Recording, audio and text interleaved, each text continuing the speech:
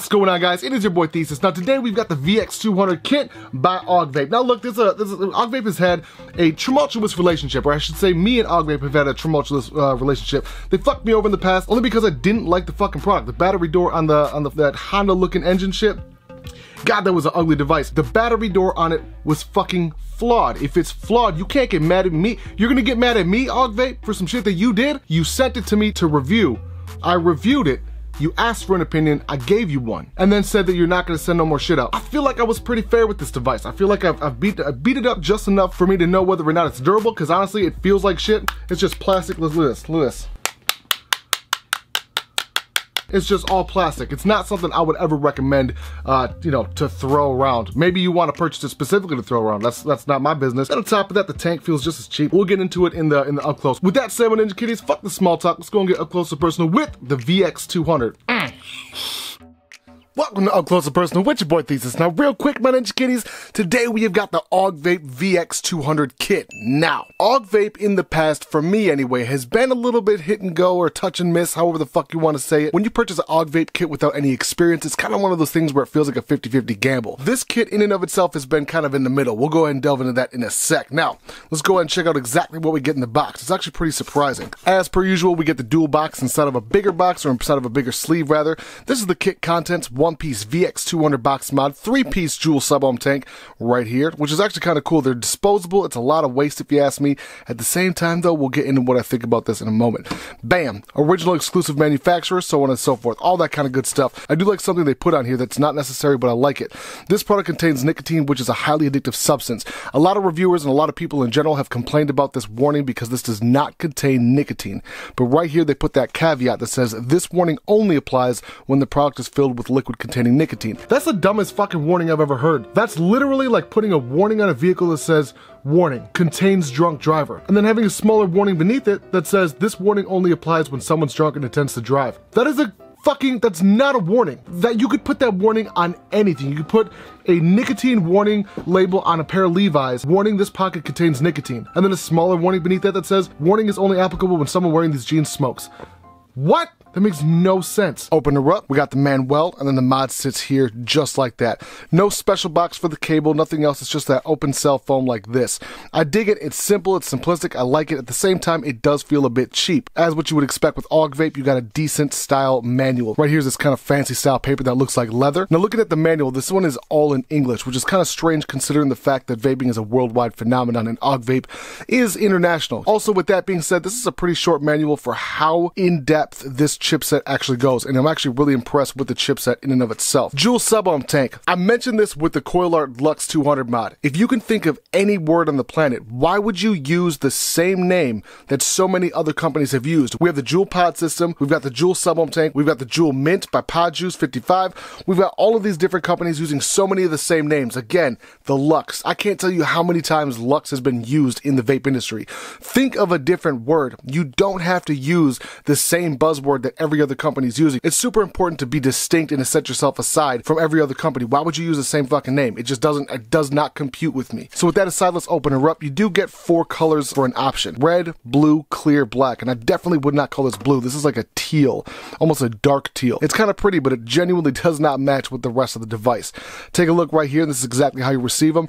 Somebody did ask me to do a hack on these devices, but there's really no reason to.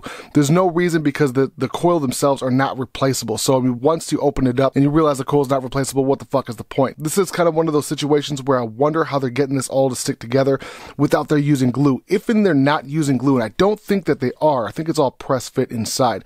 As long as they're not using glue, I'm not worried about it. But at the same time, with a disposable sub-ohm tank, that's a lot of waste. I'm not sure if you could recycle these or where you could recycle them if you could, but I don't necessarily know if that's possible. It just seems like a lot of waste to me. The only reason why I'd expect these to do really well is for vape shops. If I was going to open up a vape shop where I'm able to test liquids, this is exactly what I would use. The flavor production on these tanks is pretty on par. Okay, my Ninja Kitties, let's go and get into the nitty gritty. So first things first, this is a relatively light device. I believe that Augvape what their intention was to make an inexpensive light device, but in reality, bitch, get the fuck out of here saying it's just a light device. This is a cheap feeling mod. There's no way around it. You take out the batteries, throw this back on, and every bit of this feels like I can crush it. Let's go ahead and drop it on here. They say it's 65 grams. just under at 63.7. So you can figure between 60 and 65 grams. So at the same time, you're getting exactly what you pay for. Let's go ahead and check out this 510 quick. This is something I was super surprised about, is this gold-plated or bronze 510 center pin. Look at that. The travel in that is beautiful. I like to see a couple of millimeters of travel. I dig it. The machining on the 510 is pretty basic. It's pretty standard. It's not large. It's not small. It's just right there in the middle. But here's the thing that started to surprise me. I went to pop this bad boy on, and the 510 is buttery smooth. There's nothing for me to complain about. A lot of times you're going to get a little bit of movement on the way down, but that's not something that I'm worried about with this. It sits perfectly flat and it hugs the top base of this mod without any issues. Open up the back, it's as easy as just popping it like that. These magnets are very strong, and they're not using 4 round magnets. They're using 2 bar magnets. One here, one here. This thing is so snug on there, it's not going anywhere. Pop in the batteries, A and then B. I like the labeling. 1, 2, 3, 4, 5. I did that shit backwards, and now you can see it does have reverse polarity protection. Gorgeous. There's the color screen that's not bright. This screen is extremely dim, and you cannot adjust it, that I found anyway. So I'm gonna go ahead and zoom up so you guys can see it just a little bit better. On the side, this is your button right here. I've seen a lot of mods like this in the past that I dug at the button. It's clicky, all that kind of stuff. The weird thing is that this cheap plastic I actually like better than all of the metal buttons that are this size. The reason I like this one better is because you cannot push the button from down here. And a lot of times on the older devices, especially with metal side buttons like that are huge, you can actually push the button from anywhere on this side panel and it's going to act like a lever. So as you push it down here, since it's so rigid, it's going to go like that. That does not happen with this because it is a bendable ABS. Easy to use. Left, right equals up and down. So left is always down. Right is always up. God, I wish you guys could see that better. Let's go and turn the light off for a second. Bam. Can you guys see that any better? No, not really. Look how dim that screen is. It's almost depressingly dim. I'm gonna go ahead and change the ISO settings quick. There we go. So if I change the ISO settings, you guys can see the screen much better. No atomizer. Let's go ahead and pop on the Joule tank quick. God, I hate saying that. Beautiful. Oh, guys, so let's go ahead and get into the menu system. This is where it starts to get really interesting for me. I really like the amount of features that Augvape was able to pack in this bitch.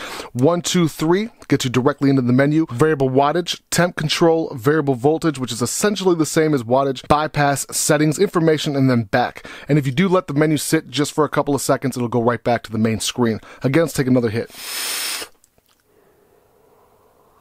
Absolutely beautiful. I'm actually really impressed with that Joule tank. Let's go ahead and see what the variable wattage parameters are. Go ahead and click with the fire button. You got back, high, soft, and normal.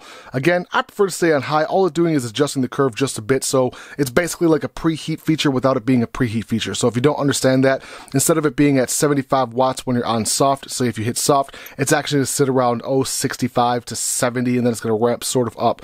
That's kind of how it works on a lot of different devices, but each company uses a different way of going about it. So again, take that with a grain of salt. Temperature control, and this does have the entire gamut. If your coil is able to be temp controlled, this one will do it flawlessly. You've literally got the ability to control the temperature of every material that you could want. I'm extremely impressed on how well it was executed. Bypass, which gets you into essentially is just draining the voltage whatever your batteries are at. So with that, it's kind of like a mech mod without the dangers of a mech mod. You got cutoff time, which I always have mine set at 3. Let's go ahead and test that out quick. I'm gonna bring this down to say 50-ish watts. I do like the fact that it goes by 1 watt at a time, by the way. 2, 3. Bam. 1, 2, 3. Off. I love that feature, specifically if it's going to be in my pocket. The fact that they were able to put all these features into a mod this inexpensive is extremely impressive. I just wish it was much more hefty than what it is. So my experience overall with the Augvape VX200 has been much better than I initially expected. I was really looking forward to ripping this a new asshole. I really don't like cheap mods. I don't like shitty, plasticky, cheap ass mods. This thing should not be as well featured as it is. These Joule tanks, though, I find them to be a waste. It seems like a waste of materials, waste of metal, waste of plastic. 99.9% of the people who are going to own this tank will not recycle these. And the fact that you're just adding to a landfill with once every week or once every 2 weeks when you throw these away, times that by several thousand, that's a lot of fucking room that you're taking up in a landfill for nothing. There's no reason for it. The flavor on it is good. It's not perfect. If I were to compare the flavor to this versus like the Freemax sub-ohm tanks or something that's, the Horizon Tech, this is, I would say, maybe a 7.5 on a scale of 1 to Freemax, or a scale of 1 to Horizon Tech. I would say this is a 7, 7.5. Listen to the airflow once. Definitely a higher pitched white noise kind of sound. And in order for you to adjust the airflow, you've actually got to pop it, take it off just a bit, and then adjust it from there. The problem is, with this being plastic, the adjustability on that airflow is really difficult. Plus, if there's any liquid whatsoever, which there will be, because this is a shitty ass cover for the fill hole. So once your hands get a little bit slippery, it's impossible to adjust this lower airflow ring. Angers me to no end. I hate that kind of shit. The least they could have done is textured the bottom so that way there's some knurlings for your fingers to grabble on. Where the fuck is my old ass cartoon image? Listen to this. Who the fuck designed the tank and then lets it walk out the door sounding like that? That's insane. That's absolutely ridiculous. This could not be used as an MTL. I don't know why they touted that shit on the website that you can close it off and have it used as an MTL. Listen to this. Nope, not at all. There's not enough air pressure inside of that chamber. It's just way too big. So I would just open this wide open and let it be what it is. It's a 3 milliliter reservoir, by the way, which is not a big tank. These sub-ohm tanks that are 3 milliliters and below, get the fuck out of here with that shit. You can't do anything with 3 milliliters. Like, I'm refilling this on a constant basis. I just filled this before I recorded the up-close section. Listen to this again. Wide open, it's fine, but anything less than that starts to get whistly and annoying. With the tank being as inexpensive as this is kind of what you expect. You got the silicone rubber grommet that's sitting atop just like that. You're gonna have to make sure not to pop this one off, as I did on accident. Once it gets liquid on it, it becomes slippery. No drip tip replaceability on here, which is gonna be about as basic as it gets. It's basically a unibody without being a unibody. This whole chimney is non-replaceable. It's, again, if someone asked me to hack it, I don't think I'm going to. Only reason being is because you can't replace the coil. What's the point at the end of the day? You know what I'm saying? Again, the coils are good. They're not perfect. I'm getting a decent flavor reproduction on them, but it's not something where I do use as my daily vape. It's just not. I hope that they sell this bitch by itself. Bitch, it's okay. Smell the truckers. Now with that being said, let's go and get back to regular view, son. My final summation is this. So the VX200, guys, look, I've had this device since I recorded that up close section. That was like, I don't know, a week ago. So I've had an extra week. Make a long story short is I've come not to trust it. I just don't. It's worked every single time up until when I had dropped it. I don't know if the button got stuck like physically or if it was an error on the actual chip itself. When I had ended up by dropping it, this portion looked like right here, this up here in the corner, look, it got to push down and shoved into the right. You could see right where it's almost cracked. I'll go ahead and circle that right there. Right where it's almost cracked. So after I had dropped it and it got stuck there, I was like, that poses a potential risk. So the mod itself, yes, it's good, it's solid, it's decent in terms of its performance, right up until it's not. And that's one of those situations where you have to weigh out the fucking scales. Look, there's a thousand mods a month that come out. 9 times out of 10, I want to say stick with the metal chassis, but I'm looking at the Avenger X. Look, this thing. This thing should have been a piece of shit, right? Who made this? Was it Vaporesso? Vaporesso, the Avenger X. Look at how beat up it is. Guys, I don't know how Vaporesso did it. This is still, if you're gonna go with a cheap mod like this, they're virtually, oh shit, see that? They're virtually identical. Look at that, that's basically the damn same aside from this being a touchscreen. Now look, you can go with this brand new kit. The Jewel Tank is fine. Pay the money for it. I would recommend something like the Vaporesso Avenger X. That's just my personal opinion. Otherwise, everything else on this has been fine. It's been decent. I'm gonna give it a 5 out of 10. I wouldn't give it any more than that, only because as a kit, I still think it's pretty subpar. Now, I want to add a caveat to that. If you own a shop, if you're someone who owns a shop or you're someone who likes to go through a lot of different liquids, I would say the Jewel Tanks are better than 90% of the testers that are out there, unless you're using like solid tanks for testers. But no, you know, no shop owner wants to spend a couple $1,000s on tester tanks. It's easier to just grab this, keep refilling it with whatever liquid you want for a tester. Throw them in the shop. These are perfect for that. I actually think that this is a vape shop hack if you own or manage a fucking store. If you manage a store, bring that idea to your boss, pretend it was you that came up with the idea, bam, promotion, ask for 50-cent raise. The shitty silicone top piece, it's not something I would rely on. It definitely leaks. If you brought this on an airplane, it's gonna fucking leak on you. It's simple as that. You pop this off to the top, off 510. The 510 threads are fine. The 510 pin's better than fucking Wismec, that's for sure. If they were to just take a little bit more time in terms of the actual button itself, I don't like the fact that it got stuck up into the right in the corner because, you know, obviously plastic bends. It's kind of inherent. This is what's going to happen. Little things like that add up, and to me, again, that's a safety factor. Here's the reason why I'm not going to be as hard as I was going to be on that button situation. It does have a cutoff, and the cutoff does work. Nope, it did not work that time. What the fuck happened there? That was my mistake. So apparently you have to reset the cutoff time every time you fucking, you know, throw in new batteries or what have you.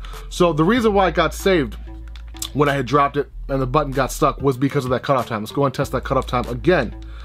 Man, that's some shit that should stay in your settings, regardless of turning it off. Bam, and it cuts off. That's something I really enjoy to see. A lot of times you'll have, like this is a DNA chip. It's supposed to have a 10-second cutoff time, and it doesn't. It doesn't work. I've tried to fuck with it on eScribe. It just doesn't stop. It's not a clone board. It's a real board. It's a legitimate board. There's a lot of mods out there that's got cutoff times that I haven't seen work.